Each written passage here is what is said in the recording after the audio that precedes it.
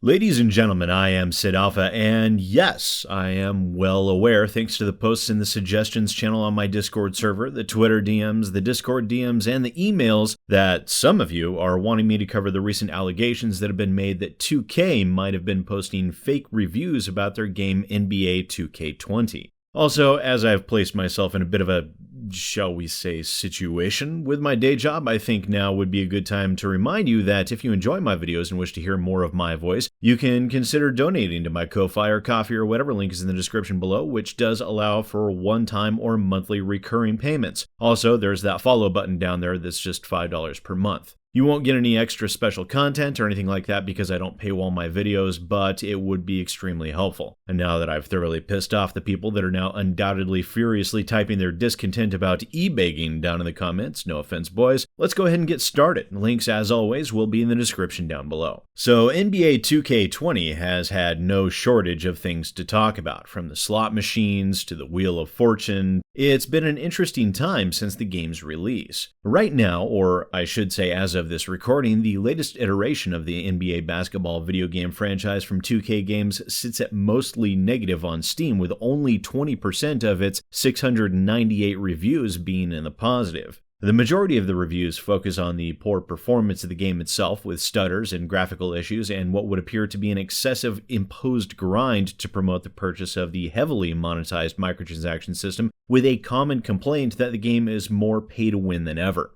However, the reason that we're here, if the thumbnail and the title of the video is anything to go by, is to talk about some allegations that have been made surrounding fake reviews. To that end, I've had numerous people send me this archive showing 2 positive reviews stating "Great game, welcome back 2K," and have taken that to indicate that 2K Games have engaged in a bit of cheeky review manipulation. But as with everything, we can't take things merely at face value, and while I think there's plenty to criticize 2K over with NBA 2K20, fake reviews are likely not one of them. After all, if we're going to criticize them, let's make certain we're criticizing them for the right thing. Let's take a look at these reviews and I'll show you what I mean.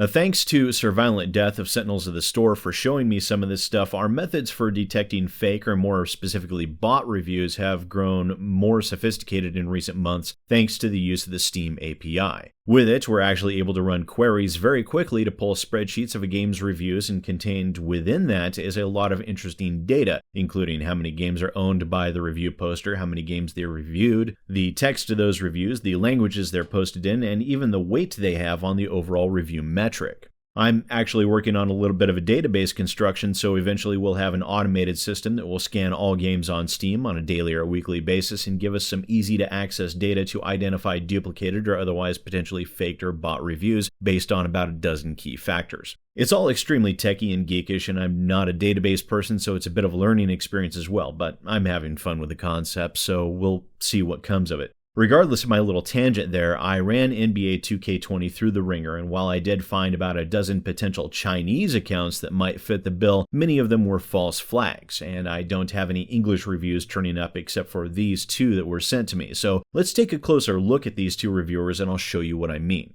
First, we have the user on the left that goes by 123. Now, right away, I can tell you this person is likely legitimate, i.e. not a bot based on just this information. Reason being is the following factors that we typically don't see much with fake reviews. First, playtime. The person has put in 3.2 hours into the game. That is uncommon with bot reviews. Second, they have 18 products in their account. That's a bit high for a fake review account, but not impossible, so let's take a look at the account itself. Thanks to Steam ID Finder, we know this person's account was created on July 8th, 2018. That makes it a fairly new account, but that tells us that it's likely not a bot account and would also account for the relatively low number of games owned. However, the comments on the user account gives us a bit of an indication more than anything else as to why people are suspecting this account. On September 5th at 6:09 p.m., one user posted on their profile asking how they were playing 2K20 already, as the game didn't release until 12 a.m. EDT, September 6th, or 9 p.m. for those of us on the West Coast. However, this is actually due to how the game was released. If you didn't live within the US, then the game was supposed to release at 12 a.m. on September 6th local time, which means if you live in the UK, you were able to play the game starting at 4 p.m. Pacific time on September 5th. Also, when you look at this user's reviews, we see that they also posted a review for Naruto Shippuden Ultimate Ninja Storm 4 that seemed relatively normal by comparison.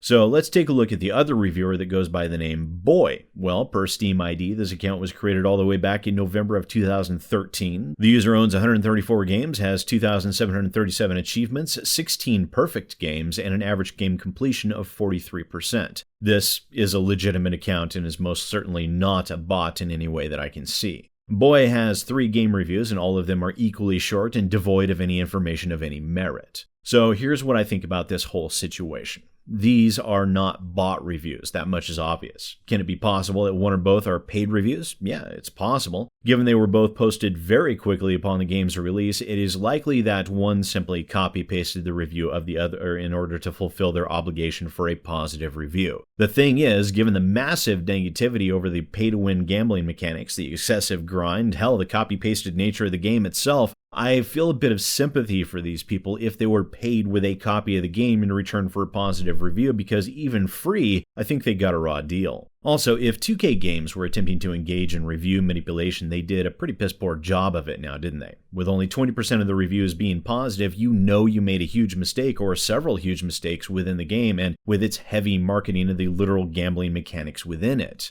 This definitely seems to be the year where all of the AAA companies are attempting to outdo each other by virtue of sheer scummy behavior, but NBA 2K20 has apparently plumbed new depths of sheer fuckery within their game, delivering a buggy, grindy mess on top of it. To be honest, if they were paying for reviews, which I have to stress the if part, they comically overestimated how well their game would be received.